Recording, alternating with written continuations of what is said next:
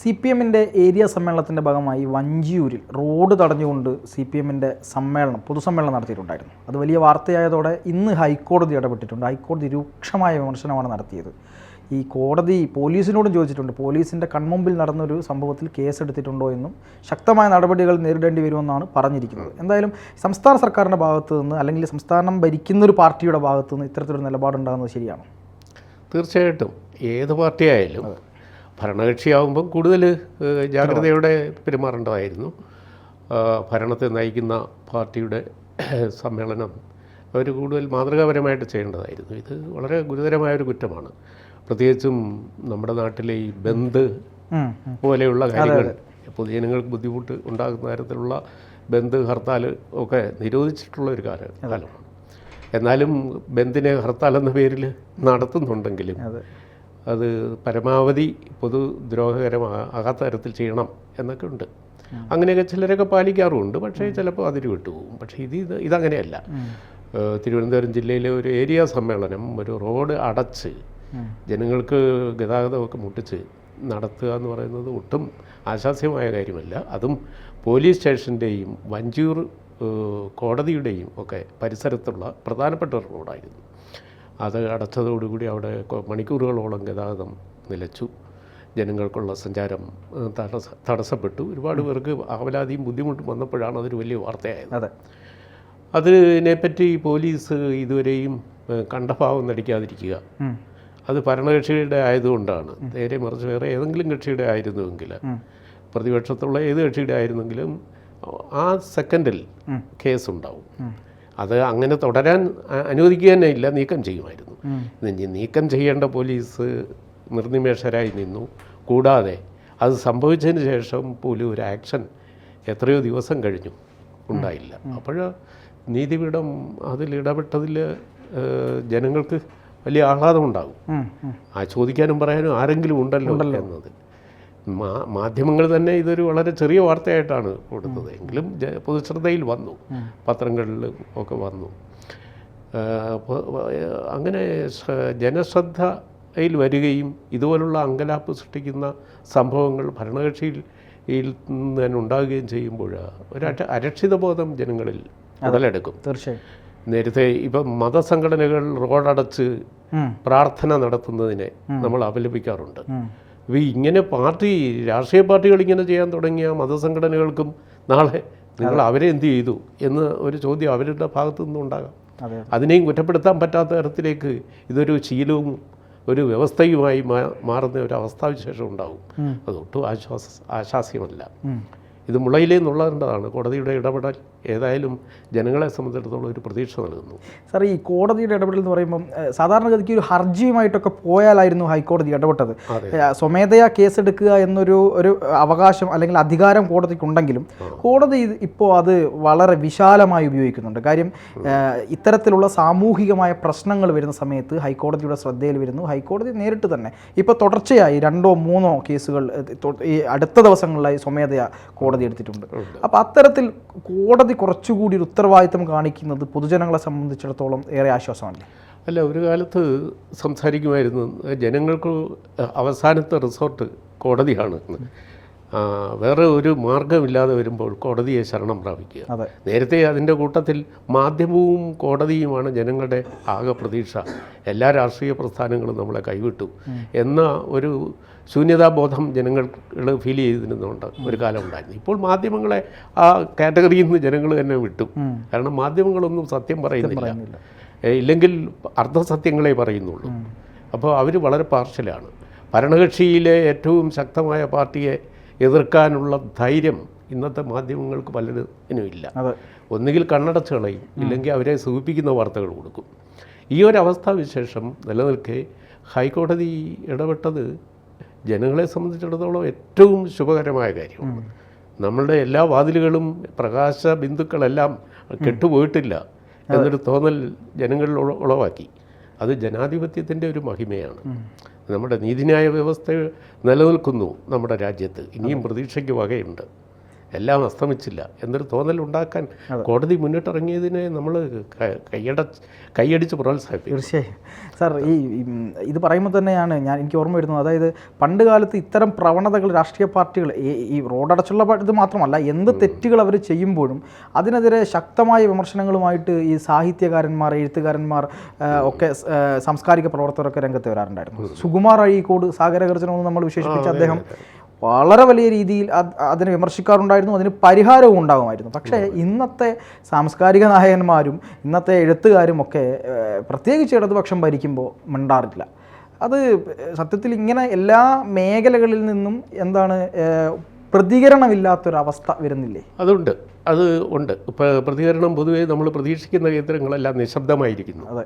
ഇപ്പം നമ്മൾ പലപ്പോഴും ആലോചിച്ചിട്ടുണ്ട്, MN വിജയനും പിന്നെ സുകുമാർ അഴീക്കോടും ഉണ്ടായിരുന്നെങ്കിൽ തീർച്ചയായും ഇതുപോലൊരു സിറ്റുവേഷനിൽ അവർ എന്ത് പറയുമായിരുന്നു. അവർ പറയുമോ പറയാത്തില്ല എന്നുള്ളതല്ല, ജനങ്ങൾ അങ്ങനെ വിശ്വാസം അർപ്പിച്ചിരുന്ന പൊതുമനസാക്ഷികളായിരുന്നു, പൊതുമനസാക്ഷിയുടെ കാവൽക്കാരായിരുന്നു. അവിടെ ഒരു ഭംഗം ഉണ്ടാകുമ്പോൾ, പൊതുജീവിതത്തിന് ഒരു പൊരുത്തക്കേട് കാണുമ്പോൾ അവരിടപെടുമായിരുന്നു, അവരുടെ പ്രതികരണത്തിന് കാതു കൊടുക്കുമായിരുന്നു സമൂഹം. അവർ പറയുന്നത് എന്താണെന്ന് ചെവിക്കൊള്ളുമായിരുന്നു. അവർ പറയുന്നത് 100% ഒരു ശരിയായതുകൊണ്ടായിരിക്കില്ല, പക്ഷേ അവരെന്ത് പറയുന്നു എന്നുള്ളതിന് വലിയ വില കൽപ്പിച്ചിരുന്നു സമൂഹം. അത്തരം പ്രതികരണശേഷിയും പൊതുമനസാക്ഷിയുടെ കാവൽക്കാരാകാൻ കെൽപ്പുള്ള സാംസ്കാരിക നായകന്മാർ നമ്മുടെ സമൂഹത്തിൽ നഷ്ടപ്പെട്ടിരിക്കുന്നു. ആൾക്കാർ ഭരിക്കുന്നവരുടെ മുഖം നന്നാക്കുവാനും അവരെ സന്തോഷിപ്പിക്കുവാനും സുഖിപ്പിക്കുവാനുമുള്ള സംഭാഷണമല്ലാതെ നമ്മുടെ സാംസ്കാരിക പ്രവർത്തകരിൽ നിന്ന് ഒന്നും ഉണ്ടാകുന്നില്ല. പ്രത്യേകിച്ചും ഇപ്പോൾ ഭരിക്കുന്ന കക്ഷി, LDFനെ നയിക്കുന്ന പ്രധാനപ്പെട്ട കക്ഷി, ആ കക്ഷിക്ക് അനുകൂലമായി നിൽക്കുന്ന സാംസ്കാരിക പ്രവർത്തകരാണ് കൂടുതലും. അല്ലാതുള്ളവർ സൈലൻ്റ് ആയിരിക്കും. ഒരു തരം ഭയം അവരെ ഭരിക്കുന്നുണ്ട്, ഞാനെന്തിനാണ് ഈ പുലിവാലൊക്കെ പിടിക്കുന്നത് എന്നതുകൊണ്ട്. അപ്പോൾ അങ്ങനെ ചെയ്യുന്നവനല്ല ശരിക്ക് പൊതുമനസാക്ഷിയുടെ കാവൽക്കാരൻ.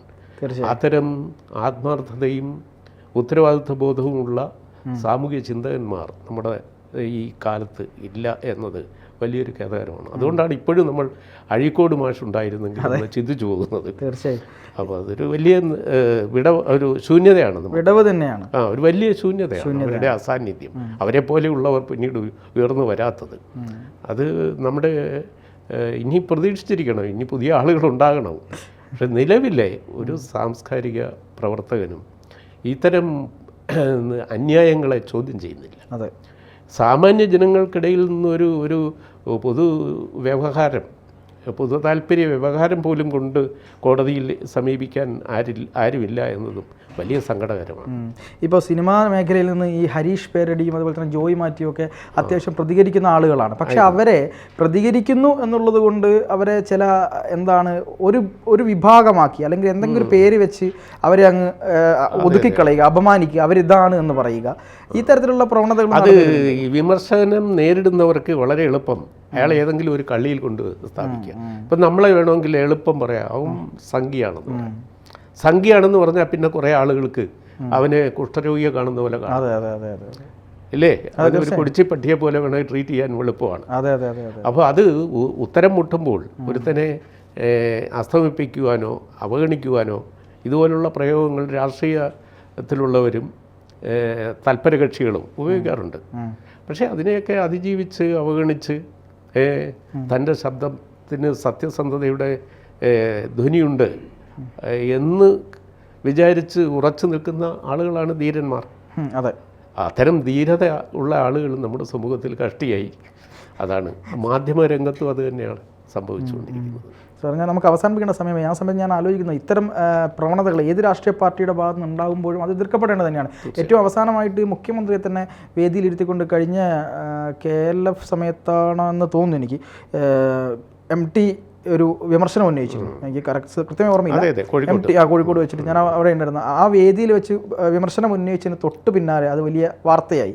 MT പോലെ ഒരാൾ ഇത്രയും കാലം എന്തുകൊണ്ട് പ്രതികരിച്ചില്ല, ഇപ്പോഴെങ്കിലും പ്രതികരിച്ചല്ലോ എന്നൊക്കെ പറഞ്ഞുകൊണ്ട് വാർത്ത വന്നു. അതിനടിയിൽ ഈ സൈബർ ആളുകൾ MT കുട്ടിയെ വരെ നല്ല എന്താണ് സൈബർ അറ്റാക്ക് നടത്തുന്ന രീതിയിലേക്ക് കാര്യങ്ങൾ പോയി. അതായത് ഒരു തരത്തിൽ ഇവർ പ്രതികരിക്കാത്തത് കട്ടമ്മലുകളെ പോലെ ആക്രമിക്കുകയാണ് ഈ ഏത് രാഷ്ട്രീയ പാർട്ടിയുടെയും എന്താണ് സൈബർ അടിമകൾ എന്ന് പറയുന്ന ആളുകൾ.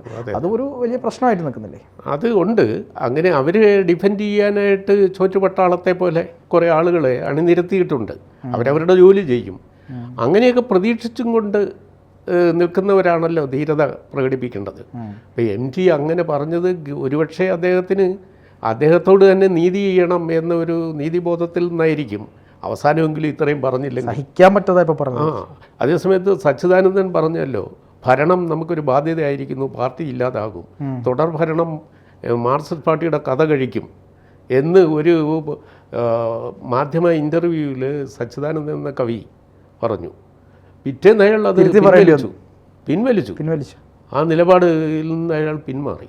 അപ്പോൾ അങ്ങനെ ആ സ്വന്തം വാക്കുകളെ വിഴുങ്ങേണ്ടി വരുന്ന ഒരവസ്ഥാവിശേഷം, അത്രയും ഭീകരമായ ഒരു സമ്മർദ്ദം നമ്മുടെ സാംസ്കാരിക നേതാക്കളും നേരിടുന്നുണ്ട്. അതാണ് സിറ്റുവേഷൻ. അതൊക്കെ കണ്ടുവിടാം. സച്ചിദാനന്ദൻ വെറുതെ പുലിവാല് പിടിച്ചു, ഞാനെന്തിനാ ഇത് ഒക്കെ ഏറ്റെടുക്കുന്നത് എന്ന തരത്തിലായിപ്പോയിരിക്കുന്നു. എന്താണ് ഇങ്ങനെ ഒരു അവസ്ഥ? ഇതിനെ അല്ലേ ഫാസിസ്റ്റ് സമൂഹം എന്ന് വിളിക്കേണ്ടത്? യഥാർത്ഥത്തിലുള്ള ഫാസിസം ഇതല്ലേ? ഇതാണ് ഫാസിസം. യഥാർത്ഥത്തിൽ ഇത് തന്നെയാണ് ഫാസിസം. കമ്മ്യൂണിസം പറയുന്ന ആളുകളും അതുപോലെ തന്നെ എന്താണ് അഭിപ്രായ സ്വാതന്ത്ര്യം ഒക്കെ എല്ലാ സ്വാതന്ത്ര്യങ്ങൾക്കും വേണ്ടി പ്രസംഗിക്കുകയും പ്രവർത്തിക്കുകയും ചെയ്യുന്നു എന്ന് പറയുന്ന ആളുകളുടെ ഭാഗത്തു നിന്ന് തന്നെയാണ് ഇത് ഉണ്ടാവുന്നത്. എന്തായാലും ഹൈക്കോടതിയുടെ വിധിയെ വളരെ എന്താണ് ആശ്വാസകരമായി നമുക്ക് കാണാം. എന്തായാലും ഈ ചർച്ചയിൽ പങ്കെടുത്തതിന് ഒരുപാട് നന്ദി. ശരി.